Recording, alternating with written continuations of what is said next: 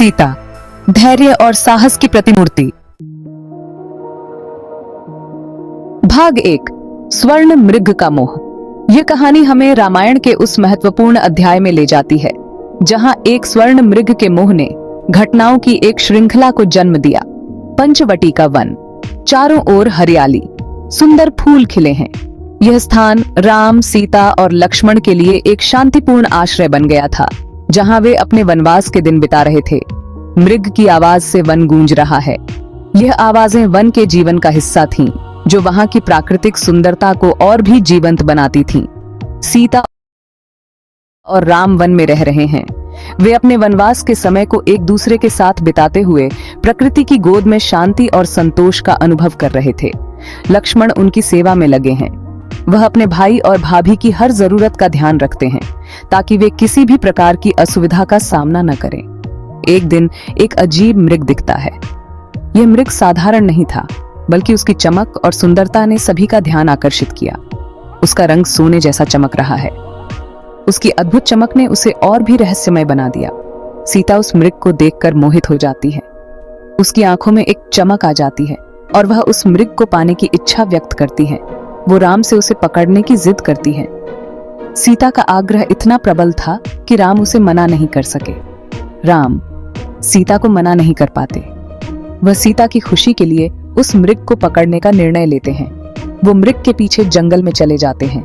राम का यह निर्णय उनके जीवन में एक महत्वपूर्ण मोड़ साबित होने वाला था, क्योंकि यह मृग वास्तव में एक छलावा था जो उन्हें एक बड़ी चुनौती की ओर ले जाने वाला था। भाग 2, अकेली सीता। राम के जाने के बाद सीता का जीवन एकदम बदल जाता है। राम के बिना वन में रहना उनके लिए बहुत कठिन हो जाता है। सीता बेचैन हो जाती है। हर पल उन्हें राम की याद सताती है। वन की नीरवता और अकेलापन उन्हें और भी व्याकुल कर देता है। उन्हें लगता है कुछ बुरा होगा। हर आहट पर उनका दिल धड़क उठता है। उन्हें हर समय किसी अनहोनी का डर सताता है। तभी हाय सीता की आवाज आती है। सीता डर जाती है। उन्हें लगता है कि राम किसी संकट में हैं और उन्हें मदद की जरूरत है। वो लक्ष्मण को आवाज देती हैं। उनकी आवाज में चिंता और भय साफ झलकता है। वो लक्ष्मण से कहती हैं कि राम संकट में हैं और उन्हें तुरंत मदद की जरूरत है। पर लक्ष्मण जी सीता की बात नहीं मानते। वो सीता को समझाने की कोशिश करते हैं कि राम सुरक्षित हैं और उन्हें चिंता करने की जरूरत नहीं है। वो कहते हैं कि भैया ने उन्हें सीता की रक्षा का आदेश दिया है। वो राम के आदेश का पालन कर रहे हैं और सीता को अकेला नहीं छोड़ सकते। वो अपना काम नहीं छोड़ सकते। लक्ष्मण अपने कर्तव्य पर अडिग रहते हैं, लेकिन सीता की चिंता और भय उन्हें विचलित कर देता है। वो सीता को आश्वासन देते हैं कि राम सुरक्षित हैं और जल्द ही वापस आएंगे। भाग 3, रावण का छल।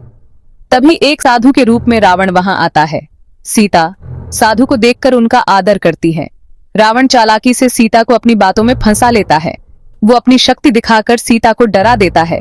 अंत में अपना छल करके रावण सीता को उठाकर ले जाता है। सीता चिल्लाती रहती है, पर कोई उनकी नहीं सुनता। भाग 4, अशोक वाटिका की कैद। रावण सीता को अपने साथ लंका ले जाता है। वह सीता को अशोक वाटिका में कैद कर देता है। यह वाटिका सुंदर तो बहुत है, पर सीता के लिए यह एक जेल जैसा है। भाग 5, वियोग की वेदना। सीता अपने पति से दूर होकर बहुत दुखी है। उन्हें अपने भविष्य की चिंता हो रही है।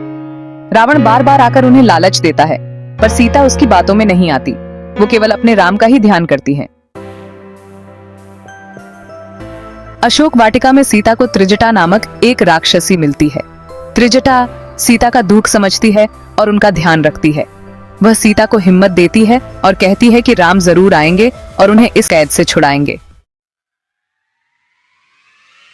भाग 7, अंगूठी का संदेश। एक दिन हनुमान जी सीता को ढूंढते हुए लंका पहुंचते हैं। वे सीता को राम की अंगूठी देते हैं। यह अंगूठी देखकर सीता को यकीन हो जाता है कि राम उन्हें बचाने जरूर आएंगे। भाग 8, प्रतीक्षा की परीक्षा। सीता को राम पर पूरा भरोसा था। वे जानती थीं कि राम उन्हें इस दुहक से जरूर निकालेंगे। वे धैर्य से राम का इंतजार करती रहीं। भाग 9 सीता, शक्ति और प्रेरणा। सीता का जीवन हमारे लिए एक सीख है। उनके जीवन की हर घटना हमें कुछ नया सिखाती है। सीता ने अपने जीवन में अनेक कठिनाइयों का सामना किया, लेकिन उन्होंने कभी हार नहीं मानी। वे धैर्य, साहस और प्रेम की मिसाल हैं। सीता ने अपने जीवन में हर परिस्थिति का सामना धैर्य और साहस के साथ किया। उनके प्रेम और समर्पण की कहानियां आज भी हमें प्रेरित करती हैं। सीता ने अपने जीवन में बहुत मुश्किलों का सामना किया, पर कभी उम्मीद नहीं छोड़ी। उन्होंने हर कठिनाई को अपने साहस और धैर्य से पार किया। उनके जीवन की यह कहानी हमें सिखाती है कि हमें कभी भी हार नहीं माननी चाहिए। उनकी कहानी हमें सिखाती है कि हमें कभी भी हार नहीं माननी चाहिए। चाहे कितनी भी कठिनाइयां आए, हमें अपने लक्ष्य की ओर बढ़ते रहना चाहिए। सीता की कहानी हमें यह भी सिखाती है कि सच्चाई और अच्छाई के मार्ग पर चलना ही सच्ची विजय है। हमें हमेशा सच्चाई और अच्छाई के रास्ते पर चलना चाहिए। सीता ने अपने जीवन में नैतिक मूल्यों का पालन किया और हमें भी यही सिखाया कि सच्चाई और अच्छाई के मार्ग पर चलना ही सच्ची विजय है। सीता की कहानी हमें हिम्मत और साहस से जीवन जीने की प्रेरणा देती है। उनके जीवन की हर घटना हमें यह सिखाती है कि हमें कभी भी हार नहीं माननी चाहिए और हमेशा अपने लक्ष्य की ओर बढ़ते रहना चाहिए। सीता की कहानी हमें यह भी सिखाती है कि सच्चाई और अच्छाई के मार्ग पर चलना ही